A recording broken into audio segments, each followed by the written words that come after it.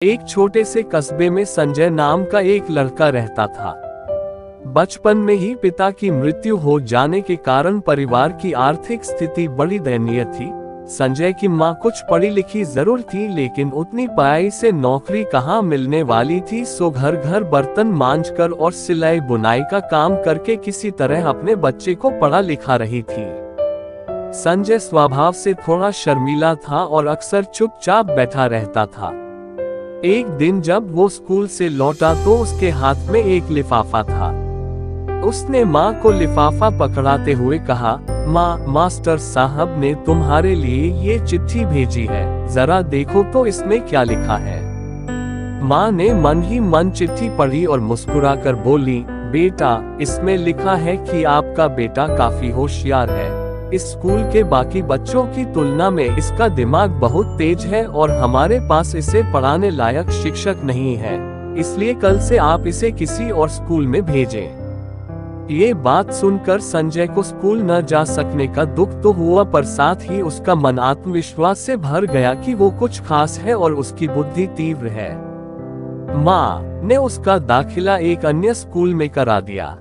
समय बीतने लगा। संजय ने खूब मेहनत से पढ़ाई की। आगे चलकर उसने सिविल सर्विसेज परीक्षा भी पास की और IAS ऑफिसर बन गया।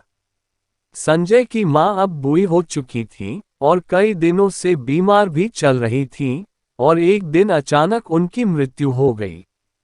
संजय के लिए ये बहुत बड़ा आघात था। वो बिलख बिलख कर रो पड़ा। उससे समझ नहीं आ रहा था कि अब अपनी माँ के बिना वो कैसे जिएगा। रोते रोते ही उसने माँ की पुरानी अलमारी खोली और हाथ में उनकी माला, चश्मा और अन्य वस्तुएं लेकर चूमने लगा।